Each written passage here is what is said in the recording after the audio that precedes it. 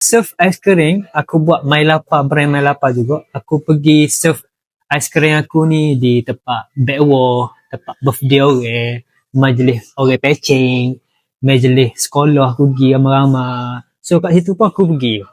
Sebab apa? Sebab aku tahu konsep give orang. Untuk kita first ni, business ni kita kena pergi cari orang. So konsep benda tu untung sebab apa? Sebab dia confirm dah kita dapat sale. Contoh hari ni orang call aku, Sif, aku nak ais kering package 500 pon. So aku pun dah confirm dah duit masuk masa tu.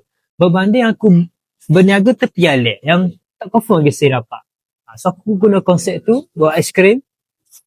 Orang call aku, Sif, aku nak package 500, aku pun terus pergi. Apabila aku terus pergi, and then kat situ aku buat itu, alhamdulillah. Benda tu sangat-sangat okey dan sangat-sangat berbaloi. Tapi ini sangat-sangat penting